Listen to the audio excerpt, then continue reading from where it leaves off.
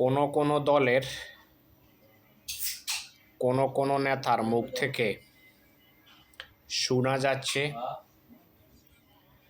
জামাত নাকি তাদের নারী কর্মীদের দিয়ে জাল ভোট দেওয়ানোর জন্য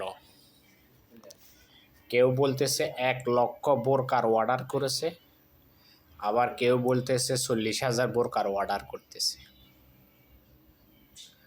অত্যন্ত হাস্যকর একটি বিষয়, অত্যন্ত মিথ্যা একটি অপপ্রচার।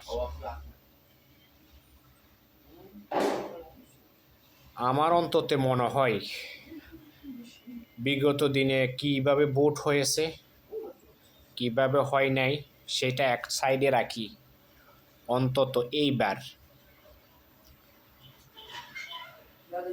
বেশিরভাগ কেন্দ্রে অবাধ, সুষ্ঠু, নিরপেক্ষ নির্বাচন হবে।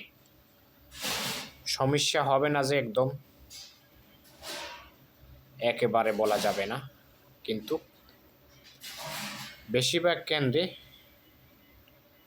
অবাধ সুষ্ঠু নির্বাচন ইনশাআল্লাহ আশা করি হবে।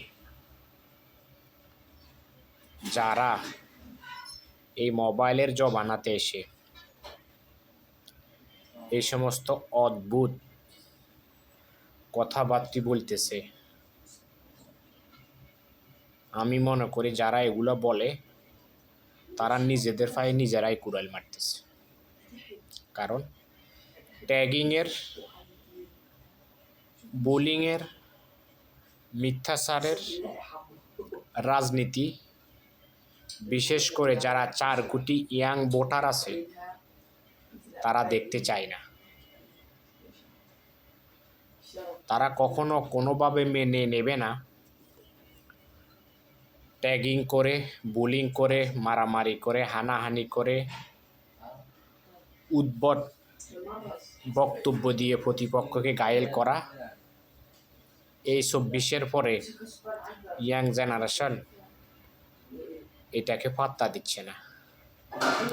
এবার মূল গেম চেঞ্জার হবে ইয়াং জেনারেশন, যে 4 কোটি মানুষ ইয়াং ছেলে মেয়েরা ভোট দিতে পারে নাই, তারা হবে এবার গেম চেঞ্জার।